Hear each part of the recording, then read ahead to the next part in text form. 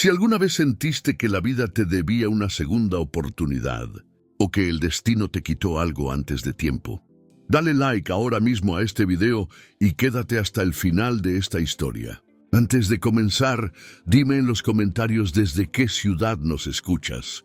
Quiero saber hasta dónde llegan estos relatos que tocan el corazón. La lluvia caía torrencialmente sobre la ciudad de Santiago aquella noche de martes, golpeando los cristales blindados de la mansión con una violencia que parecía presagiar el cambio irreversible que estaba por ocurrir. El reloj de pared marcaba las 9:30 cuando el sonido estridente del timbre rompió el silencio sepulcral que habitualmente reinaba en la residencia de Roberto Valdés. Roberto, un hombre de 35 años, cuya vida giraba exclusivamente en torno a su firma de arquitectura de vanguardia, se encontraba en su despacho revisando los planos de un nuevo complejo residencial en el barrio alto de Vitacura. El sonido lo sobresaltó, sacándolo de su concentración milimétrica. A esa hora, su empleada doméstica, la señora Marta, ya se había retirado a su casa en la periferia y él no esperaba visitas, mucho menos bajo semejante tormenta. Roberto vivía solo en aquella casa de 700 metros cuadrados, un monumento de hormigón y cristal que reflejaba su éxito, profesional tanto como su aislamiento personal. Bajó las escaleras de mármol travertino con cierta reticencia, ajustándose el reloj en la muñeca, molesto por la interrupción. Al llegar al vestíbulo, activó el monitor del videoportero. La imagen en blanco y negro, distorsionada por la lluvia,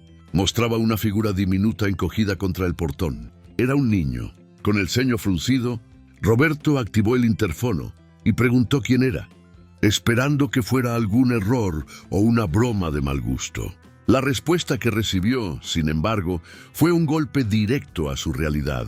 Una voz infantil, temblorosa por el frío y el miedo, le dijo que se llamaba Tomás, que su madre le había ordenado buscarlo y, lo más impactante de todo, que él, Roberto, era su padre. Aquellas palabras, pronunciadas con una inocencia desarmante en medio de la noche, paralizaron al arquitecto. Sintió un escalofrío que no tenía nada que ver con la temperatura exterior. Sin pensarlo dos veces, accionó el mecanismo de apertura, en el umbral, empapado hasta los huesos y tiritando incontrolablemente. Estaba un niño de unos 6 años. Llevaba una mochila escolar desgastada a la espalda y protegía contra su pecho un sobre de papel manila arrugado por la humedad. Tenía el cabello oscuro pegado a la frente y unos ojos grandes, de un color café profundo, que miraban a Roberto con una mezcla de terror y esperanza. Roberto lo observó buscando instintivamente algún rasgo conocido y lo encontró. Había algo en la curva de la mandíbula del niño, en la forma de sus cejas, que le resultaba inquietantemente familiar, como mirarse en un espejo que devolvía una imagen de su propia infancia. Roberto le preguntó por su madre, tratando de mantener la compostura, pero la respuesta del niño fue devastadora. Tomás, con los ojos llenos de lágrimas que se confundían con las gotas de lluvia, le informó que su madre había muerto. Explicó, con la crudeza simple de los niños, que ella había estado muy enferma y que los médicos habían dicho que se había ido al cielo. Roberto sintió que las piernas le fallaban. La noticia de la muerte, sumada a la aparición repentina de un supuesto hijo, era demasiado para procesar en el umbral de su puerta. El niño le mostró el sobre mojado, explicando que su madre le había dado ese papel con la dirección exacta y le había instruido que fuera allí si ella llegaba a faltar. Roberto, recuperando un poco el sentido práctico, invitó al niño a entrar para sacarlo de la tormenta. Tomás dudó un instante, intimidado por la magnitud y el lujo de la casa, pero la promesa de refugio y la voz, ahora más suave de Roberto, lo convencieron. Entró dejando un rastro de agua y barro sobre el suelo impecable, una mancha de realidad en la vida aséptica del arquitecto. Roberto, que jamás había tenido que lidiar con un niño en su espacio personal, actuó por instinto de supervivencia básica. Llevó al pequeño al baño de visitas, un espacio que parecía sacado de una revista de diseño, y buscó una toalla grande y mullida para envolverlo. Mientras secaba al niño, que no dejaba de temblar, Roberto le pidió ver el papel que traía. Tomás le entregó el sobre con manos entumecidas. Dentro había una carta manuscrita. La caligrafía era inconfundible, delicada, inclinada hacia la derecha. Era la letra de Elena Rojas. Al leer las primeras líneas, el mundo de Roberto se detuvo. Elena le escribía desde el pasado, anticipando su propia muerte. Le explicaba que si estaba leyendo eso, era porque ella ya no estaba y Tomás lo había encontrado. Confirmaba lo que el niño había dicho. Tomás era su hijo, nacido el 15 de marzo de 2018. La carta revelaba también por qué nunca lo había buscado antes. Recordaba las palabras de Roberto años atrás, cuando él había dejado claro que no quería compromisos, que su carrera era su única prioridad y que un hijo no estaba en sus planes. Elena había respetado esa decisión con un silencio doloroso, criando al niño sola, pero ahora, ante la inminencia de su muerte, no tenía otra opción. Tomás no tenía a nadie más en el mundo. Le suplicaba que cuidara de él, describiéndolo como un niño dulce e inteligente, la mejor parte de ambos. Roberto leyó la carta 2 veces, sintiendo un peso opresivo en el pecho. Recordaba a Elena perfectamente. Habían trabajado juntos en un proyecto de urbanismo hacía 7 años. Tuvieron un romance intenso, apasionado, pero breve. Ella era brillante, llena de sueños, pero cuando la relación comenzó a ponerse seria, él se asustó. Huyó, escudándose en su ambición, y ella desapareció de su vida sin hacer ruido. Nunca supo que estaba embarazada. Miró al niño, que ahora parecía un pequeño bulto envuelto en la toalla blanca. Le preguntó con la voz quebrada si estaba seguro de que su madre había dicho que él era su padre. Tomás asintió con vehemencia, relatando cómo Elena siempre le hablaba de él, describiéndolo como un hombre inteligente y trabajador que simplemente no estaba listo para ser padre en aquel momento. El niño contó que llevaba 3 días viviendo con una vecina, la señora Carmen, pero que ella no podía mantenerlo más tiempo y le había dicho que buscara a sus parientes. Y Roberto era su único pariente vivo. Roberto se quedó en silencio, abrumado por la culpa y la responsabilidad que acababan de aterrizar en su vida. En cuestión de minutos, había pasado de ser un soltero exitoso y despreocupado a ser padre de un huérfano de 6 años y viudo de un amor que nunca llegó a madurar. Le preguntó al niño si tenía hambre, tratando de enfocar su mente en necesidades inmediatas. Tomás asintió tímidamente. La cocina de Roberto era un laboratorio de alta tecnología culinaria, pero estaba vacía de comida real. Su nevera contenía botellas de agua importada, vino y algunos condimentos exóticos, pero nada sustancial. El congelador estaba lleno de comida gourmet precocinada que no apetecería a un niño. Roberto le preguntó qué le gustaba comer.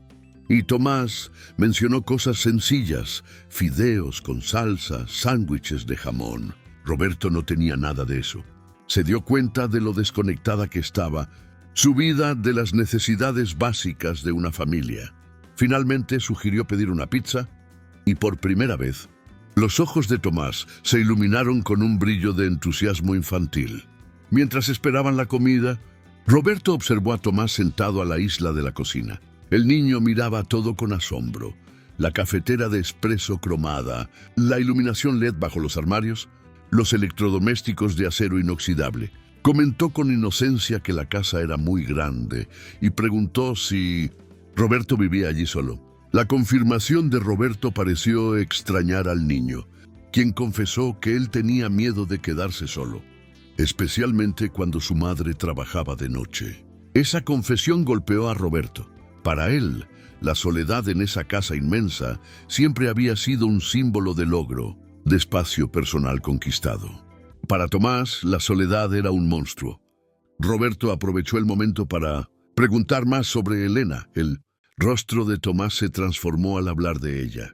La describió como la mejor madre del mundo, contando cómo trabajaba en una panadería y siempre traía pan fresco, cómo le leía cuentos antes de dormir y cómo los domingos iban al parque, si ella no tenía turno. Tomás también reveló que Elena hablaba de Roberto a veces, diciéndole que era guapo, igual que él. Roberto examinó al niño con más detalle y la semejanza era innegable. El mismo remolino en el pelo, la misma forma de fruncir el ceño al pensar. Sintió una punzada de dolor al pensar en Elena mirando fotos suyas en secreto, triste, recordándolo mientras él seguía con su vida sin mirar atrás.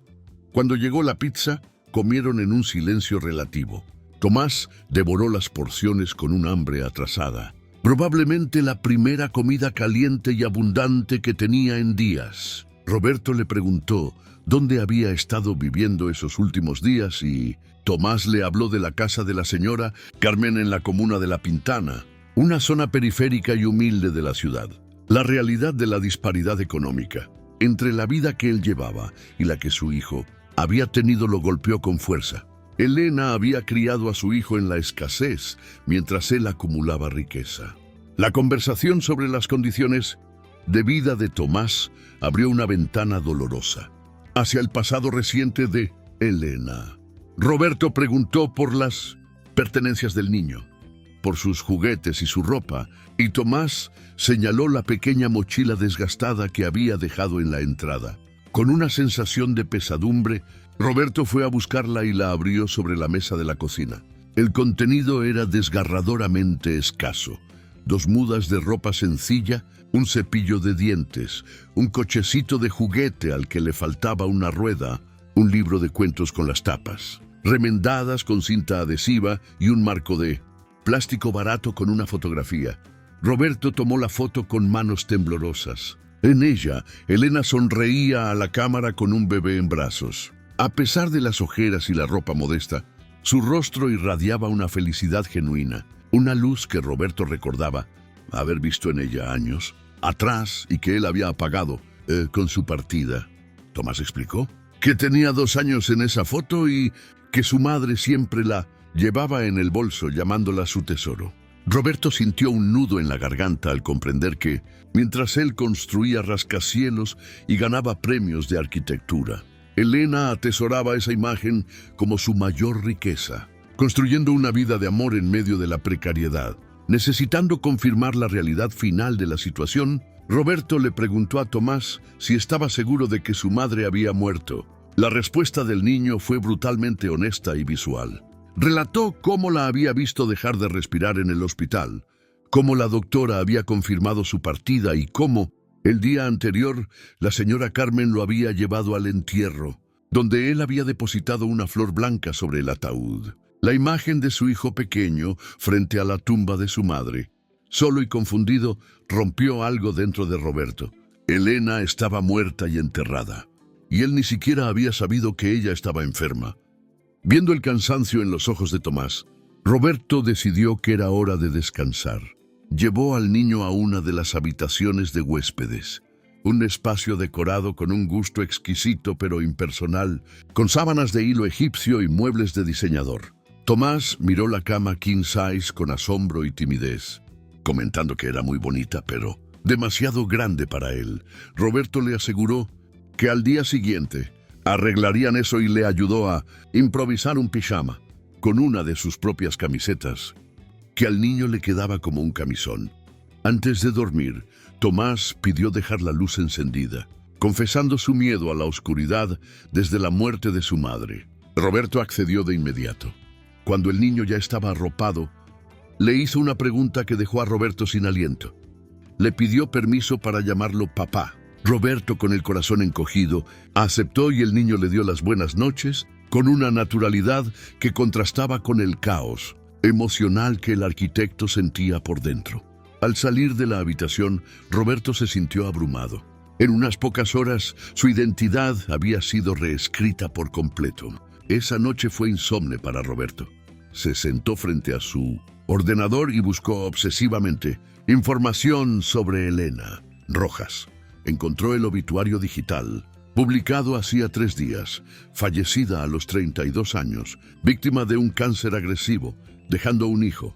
El velatorio había sido en una capilla humilde. Roberto pasó las horas siguientes leyendo sobre paternidad repentina, duelo infantil y psicología, tratando de prepararse para una tarea para la que no tenía ningún manual. Al amanecer, un sollozo lo alertó. Corrió a la habitación de huéspedes y encontró a Tomás sentado en la cama, llorando. Había soñado con su madre. La veía en un lugar hermoso lleno de flores, pero no podía alcanzarla para abrazarla. Roberto se sentó a su lado, sintiéndose torpe e inútil ante el dolor ajeno. Intentó consolarlo, asegurándole que su madre lo amaba y que siempre estaría con él de alguna forma, aunque ya no pudiera abrazarla físicamente. En un momento de vulnerabilidad compartida, Roberto confesó que él también la echaba de menos, admitiendo ante su hijo que Elena había sido especial y que él había sido joven y tonto al dejarla ir. Esa confesión creó un primer puente de conexión real entre ambos. El momento de ternura culminó con una pregunta de Tomás. Quería saber si Roberto lo enviaría lejos. La respuesta fue un nunca rotundo. Roberto le aseguró que su lugar estaba allí, con su padre. Tomás le pidió un abrazo, y al estrechar ese cuerpo pequeño y frágil contra el suyo, Roberto sintió el peso físico de su responsabilidad. El desayuno trajo consigo nuevos desafíos logísticos. Roberto no tenía leche, ni cacao, ni pan de molde, ni cereales infantiles. Tomás le contó que su desayuno habitual era leche con chocolate y tostadas con mantequilla, preparado por su madre antes de ir a la escuela. Esto llevó a la revelación de que Tomás asistía a una escuela pública en su antiguo barrio, una rutina que ahora estaba rota. Roberto comprendió que necesitaba reestructurar toda su vida, no solo su despensa. Decidió llevar a Tomás de compras para proveerlo de todo lo necesario. La visita al centro comercial fue una experiencia antropológica para Roberto. Caminar por los pasillos de ropa infantil y jugueterías era adentrarse en un territorio desconocido. No sabía tallas, ni qué juguetes eran adecuados para un niño de 6 años. Tomás, acostumbrado a la austeridad, se maravillaba con todo, pero no pedía nada. Cuando Roberto comenzó a llenar el carro con ropa, zapatos, juguetes educativos y material escolar, el niño se mostró preocupado por el gasto, repitiendo las lecciones de economía doméstica de su madre. Roberto tuvo que detenerse y explicarle, mirándolo a los ojos, que él era su padre y que era su deber y su deseo darle todo lo que necesitara para ser feliz. Durante el almuerzo en un restaurante familiar, Roberto observó la manera metódica y agradecida con la que Tomás comía su hamburguesa. Aprovechó para indagar con delicadeza sobre las condiciones de vida que habían tenido. Tomás, con cierta reticencia a hablar mal de su madre, admitió que a veces faltaba comida cuando Elena enfermaba y no podía trabajar, aunque ella siempre trataba de mantener el optimismo. También reveló que para comprar medicinas, a menudo tenían que pedir dinero prestado a la vecina. Cada detalle era una puñalada para Roberto, quien imaginaba a su hijo pasando hambre o sin acceso a tratamiento médico adecuado mientras él gastaba fortunas en cenas de negocios y viajes. De vuelta en casa, Roberto se dedicó a transformar la habitación de huéspedes en un cuarto infantil. Despejaron los muebles de diseño y organizaron los juguetes y la ropa nueva. Tomás no podía creer que todo eso fuera suyo y preguntó si podía jugar con los juguetes. Roberto le aseguró que sí, que los juguetes eran para usarse y romperse si era necesario. Ver a Tomás jugando en el suelo con un coche nuevo, absorto y momentáneamente feliz, provocó en Roberto una reflexión profunda sobre cómo sus prioridades habían cambiado radicalmente en menos de 24 horas. Antes, su mayor preocupación era el cierre de un contrato o el diseño de una fachada. Ahora, su universo giraba en torno al bienestar de ese niño. Tomás interrumpió sus pensamientos para agradecerle por no haberlo echado. Roberto reafirmó su promesa de permanencia, asegurándole que estaría allí incluso cuando hiciera desorden o cuando llorara, extrañando a su madre. Tomás entonces le dijo algo que validó toda la situación. Creía que su madre había hecho lo correcto al enviarlo allí, porque Roberto era un papá bueno, tal como ella siempre había dicho. Esa noche Roberto no trabajó. se quedó en la sala viendo dibujos animados con Tomás, intentando comprender la lógica de ese nuevo mundo. A la hora de dormir, Tomás pidió quedarse en la habitación de Roberto, confesando que aún tenía miedo de quedarse solo y de que su padre también desapareciera. Para calmar esa ansiedad, Roberto lo llevó a su despacho y le mostró el certificado de nacimiento que había gestionado con urgencia ese mismo día a través de sus abogados. Le enseñó el papel donde constaba su nuevo nombre completo, Tomás Valdés Rojas. Le explicó que ese documento legal significaba que eran familia para siempre, ante la ley y ante el mundo. Tomás tocó el papel con reverencia, repitiendo su nuevo nombre, sintiendo el peso de la pertenencia. Esa noche durmió en la habitación grande y por primera vez, desde la muerte de Elena, no tuvo pesadillas. Muchas gracias por escuchar hasta aquí. Si esta historia te está tocando el corazón, te invito a suscribirte y a contarnos en los comentarios desde dónde nos escuchas. Me encanta leerte. Si te identificas con algún personaje, escribe yo también en los comentarios. Quiero saber a quienes les ha tocado vivir algo así.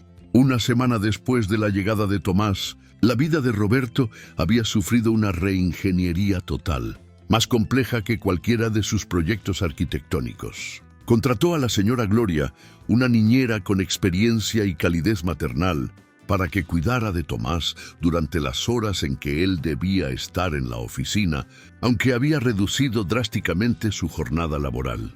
Matriculó al niño en uno de los colegios privados más prestigiosos de Vitacura, asegurándose de que la transición fuera lo más suave posible. Al finalizar esa primera semana de ajustes, la señora Gloria le dio un reporte que llenó a Roberto de orgullo y alivio.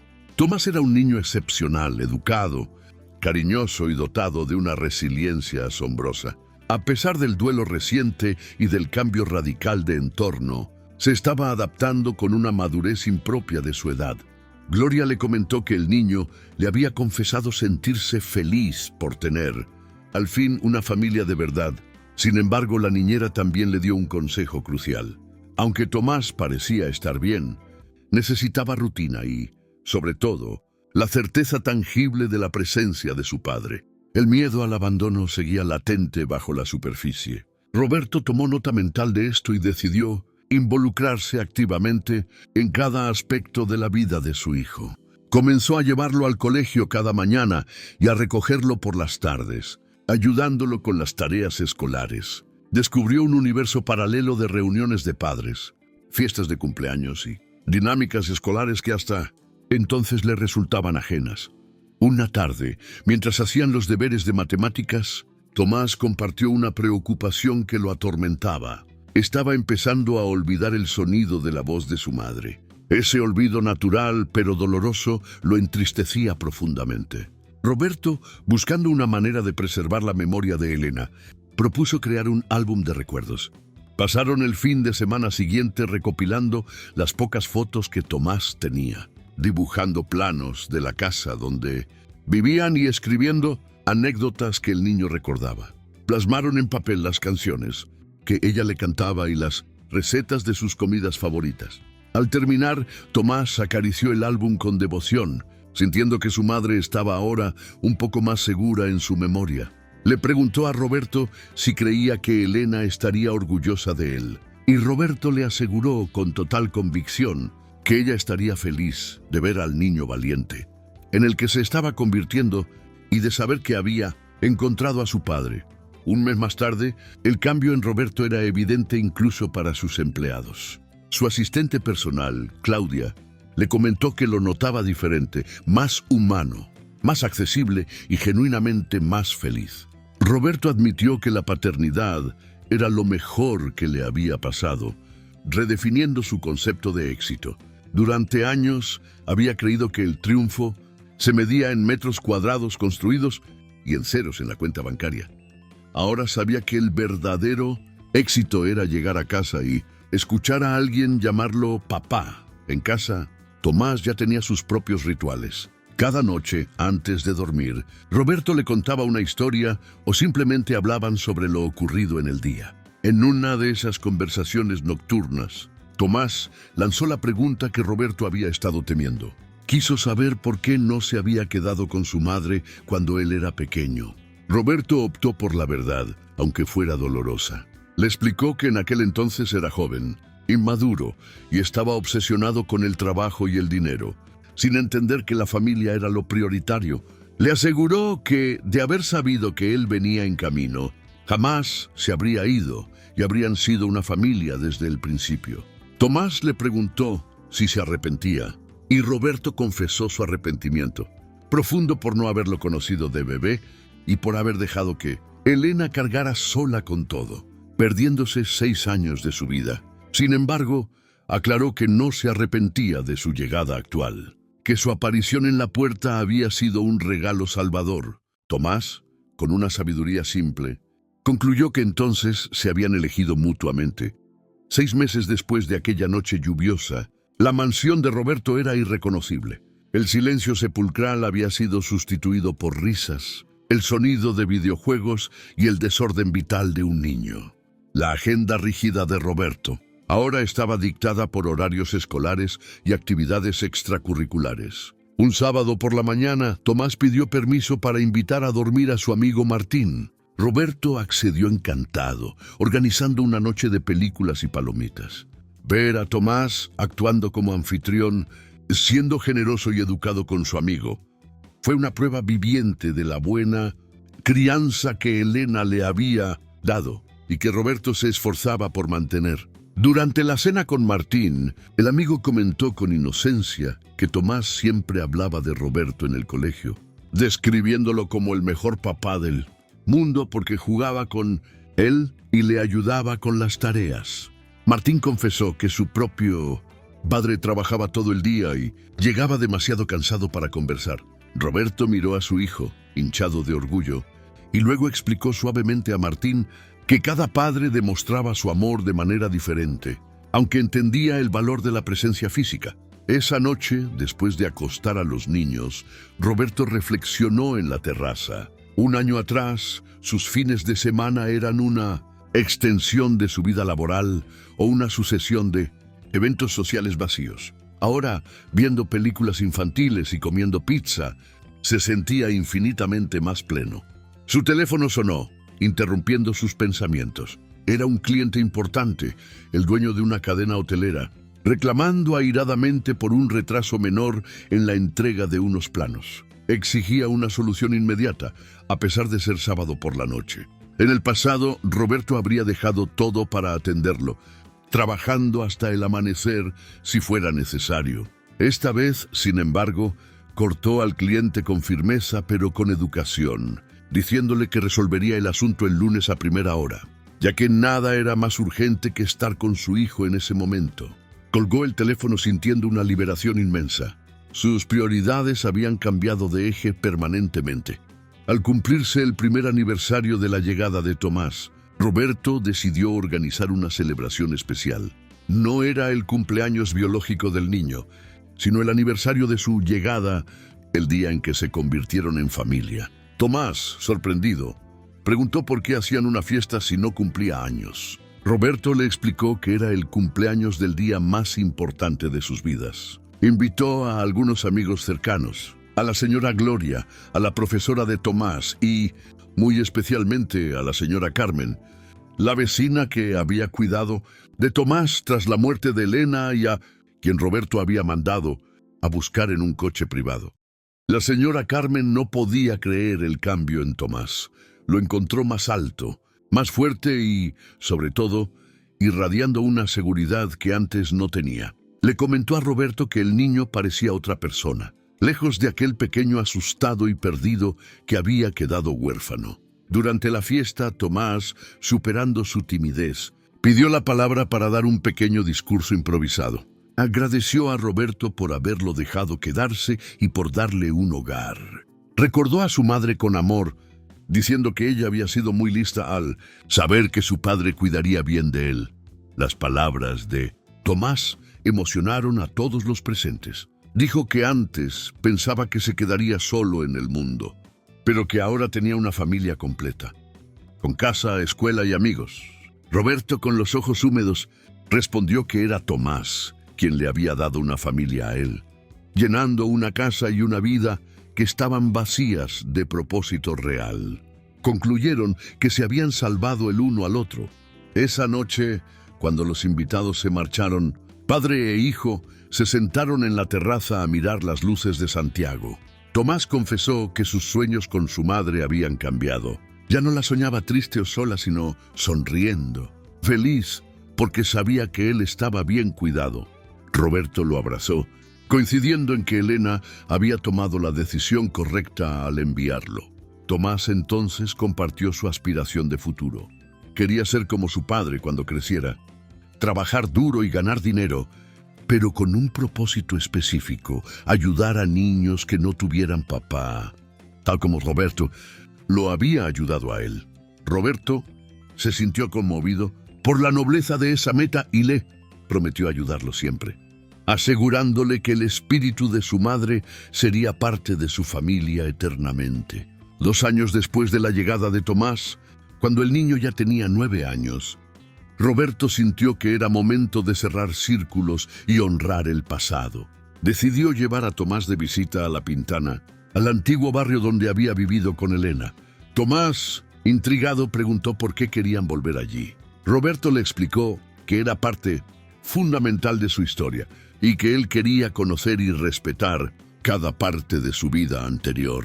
Llegaron a una calle de pasajes estrechos y casas pareadas. Tomás señaló una pequeña vivienda pintada de azul, explicando que su madre había elegido ese color porque decía que era el color de la esperanza. Roberto observó la casita, que no tenía más de 40 metros cuadrados, pensando que era más pequeña que el vestidor de su dormitorio. Tomás comentó con nostalgia que aunque era pequeñita, su madre la hacía parecer enorme con su cariño. La señora Carmen salió a recibirlos, abrazando a Tomás con efusión. Roberto le agradeció nuevamente por todo lo que había hecho, y ella los invitó a tomar un café en su casa, que era idéntica a la que había sido de Tomás, humilde, limpia y llena de fotos familiares. La visita a casa de la señora Carmen se convirtió en un viaje emocional al pasado. Mientras bebían café en tazas desparejadas, la vecina le pidió permiso a Roberto para hablar sobre Elena con la voz llena de respeto. Describió a una madre excepcional que trabajaba en 3 empleos distintos para asegurar el bienestar de Tomás, pero que jamás dejó que el cansancio le impidiera brindarle cariño o ayudarle con sus tareas. Roberto escuchaba en silencio, visualizando la rutina agotadora de Elena: mañanas en la panadería, tardes limpiando oficinas y noches cuidando niños ajenos. Carmen relató con tristeza cómo la enfermedad comenzó con una tos persistente y dolores que Elena ignoraba por falta de dinero para médicos privados, confiando en remedios caseros y en la atención saturada del consultorio local. Cuando finalmente le diagnosticaron el cáncer, ya estaba en una etapa avanzada. Intentaron tratamientos en el sistema público, pero las listas de espera y la falta de recursos jugaron en su contra. La confirmación de que Elena había muerto por una enfermedad que podría haber sido tratable con mejores recursos fue un golpe devastador para la conciencia de Roberto. La desigualdad se le presentó no como una estadística, sino como la causa directa de que su hijo fuera huérfano de madre. Tomás interrumpió el momento sombrío pidiendo ver su antigua casa. La nueva inquilina, una madre joven con un bebé en brazos, les permitió entrar amablemente. El interior era minúsculo, una sala que hacía las veces de cocina y comedor, y un único dormitorio. Tomás señaló un rincón, explicando que allí estaba su cama y que, por las noches, su madre le daba la mano desde la suya hasta que él se dormía.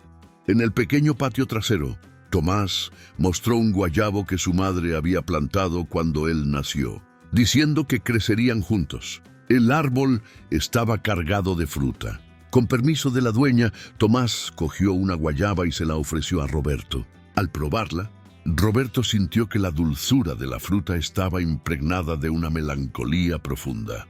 Tenía sabor a lágrimas y a tiempo perdido. De regreso al coche, Tomás se mantuvo callado y pensativo. Le comentó a Roberto que estaba pensando en los milagros que su madre hacía en esa casita lograr que él fuera feliz sin tener dinero, enseñarle sobre la bondad y prepararlo para el encuentro con su padre. Antes de irse del barrio, Tomás le hizo una petición a Roberto.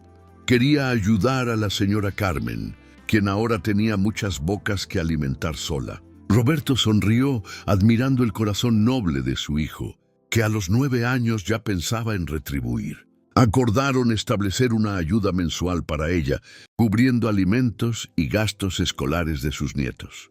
Pero Tomás fue más allá. Sugirió crear una guardería en el barrio para que las madres trabajadoras tuvieran un lugar seguro donde dejar a sus hijos, evitando que pasaran por la angustia que su madre había vivido.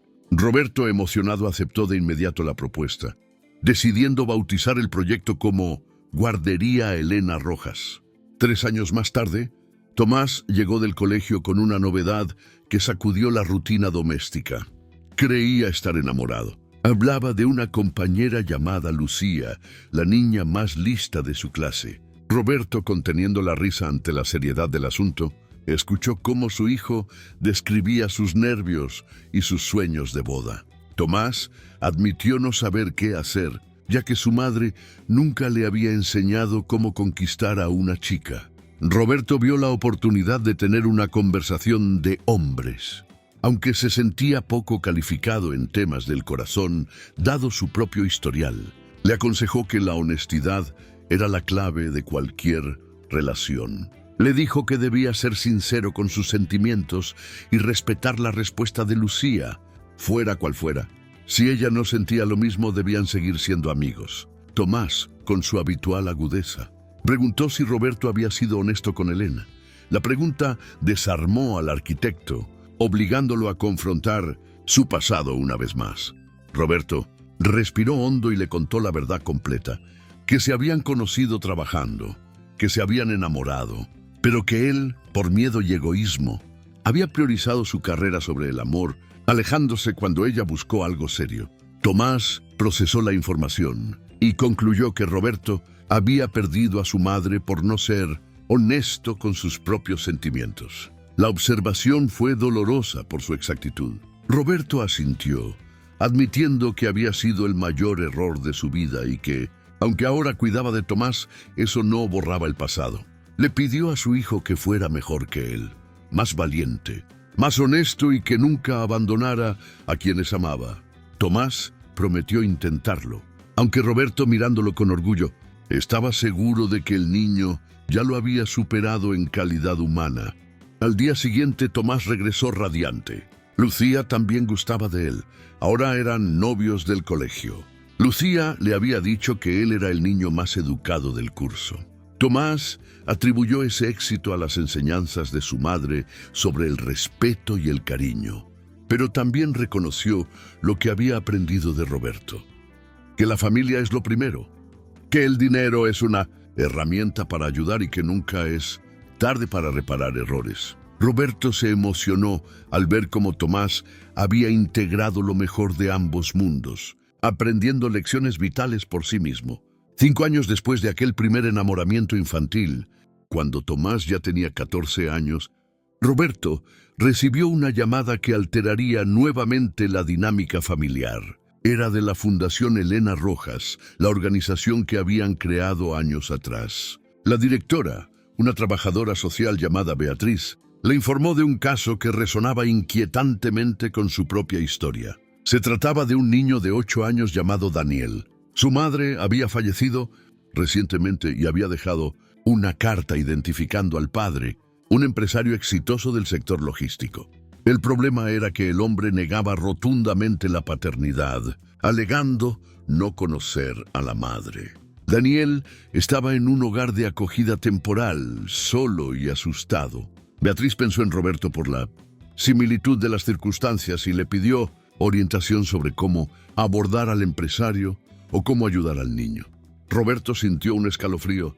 Pidió conocer a Daniel esa misma tarde y llevó a Tomás con él.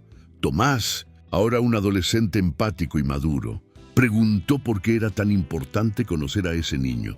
Roberto le respondió que quizás ellos, mejor que nadie, podían entender lo que era quedarse solo en el mundo de un día para otro. En el hogar de acogida encontraron a Daniel. Era un niño delgado, de mirada esquiva y triste, que recordaba dolorosamente al Tomás que había llegado a la mansión bajo la lluvia años atrás. Beatriz hizo las presentaciones. Daniel los miró con desconfianza, preguntando directamente si iban a adoptarlo, ya que todos iban a conocerlo, pero nadie se lo llevaba. Tomás se adelantó rompiendo el hielo. Se presentó y le contó a Daniel que él había estado en una situación casi idéntica. Su madre había muerto cuando él tenía 6 años y se había quedado sin nadie. Daniel escuchó con atención mientras Tomás relataba cómo había buscado a su padre con una dirección en un papel. Le contó que al principio fue extraño, pero que ahora eran una familia feliz. Daniel preguntó si su padre lo había adoptado. Y Tomás explicó que no solo lo había reconocido, sino que le había dado todo lo necesario: casa, escuela y, lo más importante, amor incondicional. La conversación derivó hacia cómo era tener un papá. Tomás describió a Roberto no como el arquitecto exitoso, sino como el hombre que jugaba con él. Le ayudaba con los deberes y se quedaba a su lado cuando tenía pesadillas. Daniel confesó que él tenía pesadillas cada noche, y Tomás lo consoló diciendo que era normal al perder a una madre, pero que el miedo pasaría con el tiempo y el cariño. Roberto observaba la interacción con un nudo en la garganta. Se acercó a Daniel y le preguntó por su madre. El rostro del niño se iluminó levemente al recordarla. Dijo que era muy trabajadora, que limpiaba casas y que siempre le prometía que él estudiaría y sería alguien importante. También contó que su madre le hablaba de su padre, describiéndolo como un hombre rico, que no sabía de su existencia porque se había ido antes de saber del embarazo. Roberto y Tomás intercambiaron una mirada significativa. La historia se repetía casi punto por punto. Tomás le reveló a Daniel que Roberto tampoco sabía que él existía cuando apareció en su puerta, y que fue un shock, pero no se enfadó.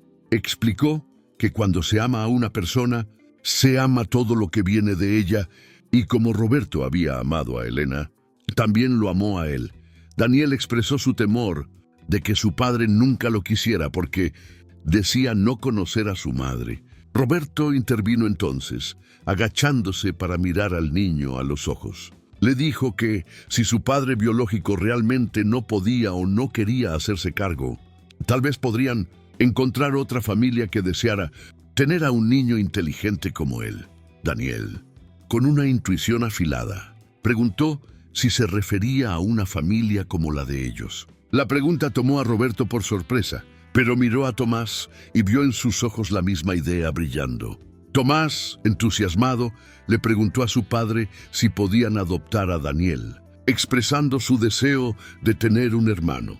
Roberto miró a Daniel, que se había acercado esperanzado.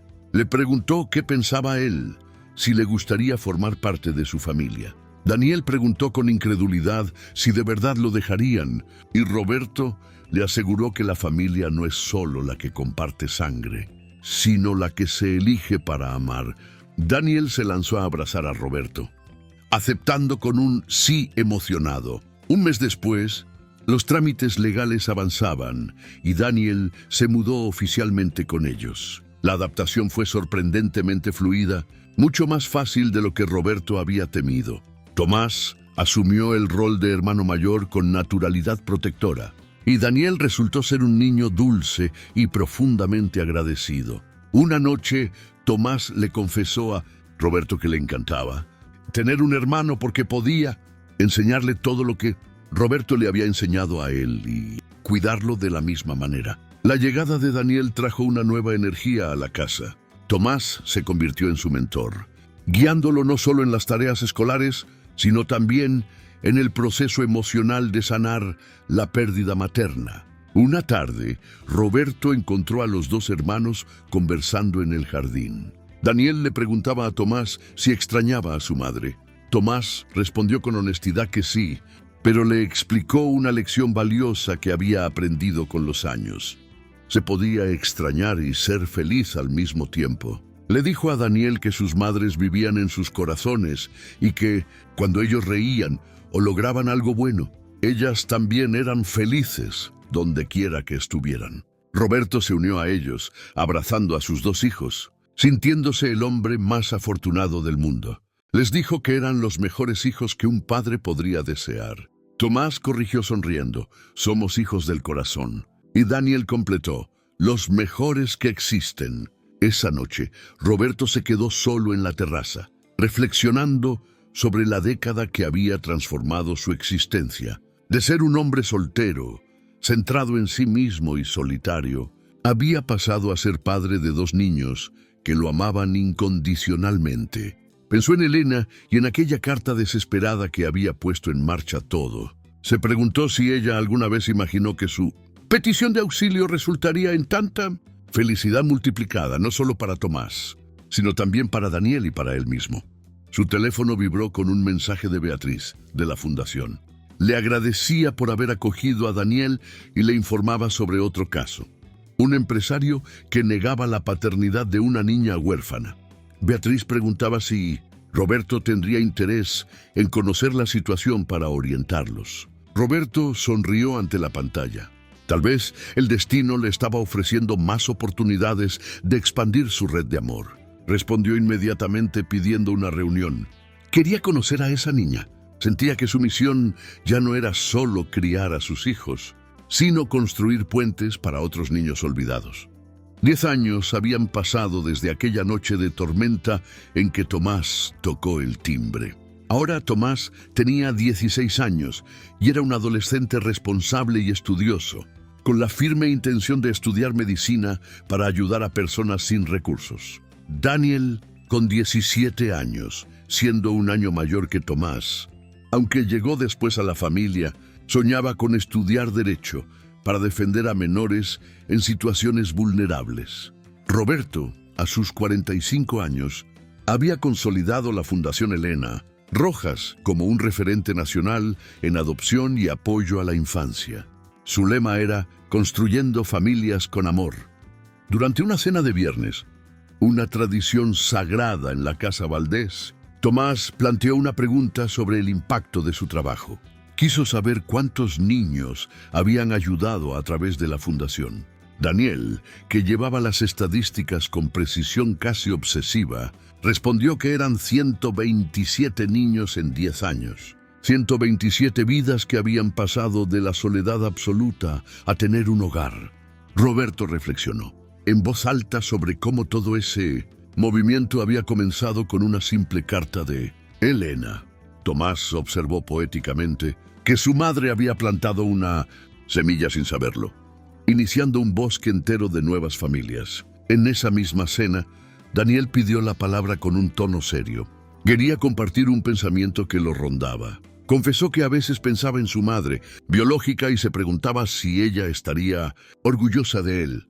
Roberto no dudó un segundo en asegurarle que sí.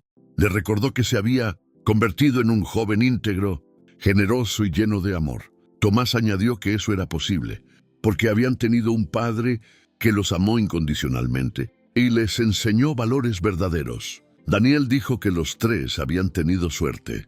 Roberto lo corrigió suavemente. No fue suerte, fue amor. El amor de Elena que envió a Tomás, el amor que desarrollaron entre ellos y el amor que ahora esparcían a otras familias. Tomás concluyó que era un ciclo hermoso, el ciclo del amor que se multiplica. De repente, Daniel se levantó y fue hasta el piano de cola que decoraba el salón, un instrumento que Roberto había comprado años atrás, pensando que decoraba bien, pero que Daniel había aprendido a tocar con maestría. Comenzó a tocar una melodía suave, melancólica pero esperanzadora. Tomás se unió a él sentándose a su lado. Roberto los observó, sintiendo una plenitud que ningún premio de arquitectura podría igualarle jamás. Sus hijos no compartían su sangre, ni la sangre entre ellos, pero compartían algo más fuerte, una historia de redención y pertenencia. La música de piano llenaba la sala, creando una atmósfera de paz. Roberto cerró los ojos y se permitió viajar en el tiempo. Recordó la soledad de su mansión antes de la llegada de Tomás, el silencio frío de los pasillos de mármol. Ahora, cada rincón de la casa tenía una memoria. La esquina del sofá donde leían cuentos, la mesa de la cocina donde hacían los deberes, el jardín donde Daniel aprendió a andar en bicicleta. La casa había dejado de ser un museo para convertirse en un hogar vivo. Al día siguiente, Roberto llevó a sus hijos a visitar la tumba de Elena. Era una fecha especial, el aniversario de su fallecimiento. El cementerio estaba tranquilo, bañado por una luz dorada de atardecer. Tomás colocó un ramo de girasoles, las flores favoritas de su madre, sobre la lápida. Se quedó en silencio unos minutos, tocando el nombre grabado en la piedra. Daniel se mantuvo respetuosamente a su lado, ofreciendo su apoyo silencioso. Roberto se acercó y puso una mano en el hombro de Tomás. «Gracias, Elena», susurró Roberto al viento. «Gracias por el regalo que me diste. Prometo cuidarlo hasta mi último suspiro». Tomás se giró hacia su padre, con los ojos brillantes pero sin lágrimas de tristeza. Le dijo que sentía que su madre estaba allí con ellos. Roberto asintió, seguro de que así era. De regreso al coche, Daniel comentó que le gustaría visitar la tumba de su propia madre algún día, aunque estaba en otra ciudad. Roberto prometió organizar el viaje pronto, entendiendo que honrar los orígenes de sus hijos era fundamental para su identidad. Esa noche, Tomás entró en el despacho de Roberto. Tenía una expresión seria de quien ha estado pensando mucho. Se sentó frente al escritorio y le dijo a Roberto que quería hablar sobre el futuro. Confesó que tenía miedo de ir a la universidad y alejarse de casa, miedo de que la dinámica familiar cambiara. Roberto dejó sus planos a un lado y le prestó toda su atención. Le explicó que crecer implicaba cambios, pero que la base de su familia era sólida. Le aseguró que sin importar dónde estuviera o qué hiciera, esa siempre sería su casa y él siempre sería su padre. Le recordó que el amor no disminuye con la distancia, sino que se fortalece con la confianza. Tomás pareció aliviado. Le contó entonces sobre su deseo de especializarse en pediatría oncológica. Quería luchar contra la enfermedad que se había llevado a su madre. Quería evitar que otros niños pasaran por lo que él pasó. Roberto sintió un orgullo tan intenso que casi le dolía el pecho. Su hijo había transformado su dolor en una vocación de servicio. Le dijo que Elena estaría infinitamente orgullosa de esa decisión y le prometió apoyarlo en cada paso de ese largo camino académico. Meses después, llegó el día de la graduación de secundaria de Daniel. Fue un evento emotivo. Roberto estaba en primera fila con Tomás a su lado, ambos vestidos impecablemente. Cuando llamaron a Daniel Valdés al escenario para recibir su diploma, Roberto vitoreó con más entusiasmo que cualquier otro padre. Daniel buscó sus rostros entre la multitud y sonrió, alzando el diploma como un trofeo compartido. En su discurso como delegado de la clase, Daniel habló sobre la familia. Dijo que la familia no se define por el ADN, sino por quién se queda a tu lado cuando llueve, por quién te abre la puerta cuando estás empapado y solo. Agradeció públicamente a su padre y a su hermano por haberle salvado la vida y haberle enseñado a amar. Después de la ceremonia, fueron a cenar para celebrar. Daniel estaba exultante. Hablaba de sus planes para la Facultad de Derecho, de cómo quería especializarse en Derecho, de familia para reformar el sistema de adopción y hacerlo más ágil y humano. Roberto los escuchaba hablar, a Tomás de Medicina y a Daniel de Leyes, y veía en ellos a dos hombres jóvenes listos para cambiar el mundo. Se dio cuenta de que su legado no serían los edificios que había diseñado, sino esos dos seres humanos extraordinarios. La vida continuó su curso con la rapidez vertiginosa de los años felices. Tomás entró en medicina y Daniel en derecho. La casa se llenó de libros de anatomía y códigos civiles. Roberto envejecía con gracia. Sus sienes plateadas eran un testimonio de la experiencia vivida. La fundación seguía creciendo y Roberto empezó a delegar más en Beatriz para pasar tiempo viajando con sus hijos durante las vacaciones. Hicieron ese viaje prometido a la tumba de la madre de Daniel, un momento de cierre y paz para el joven.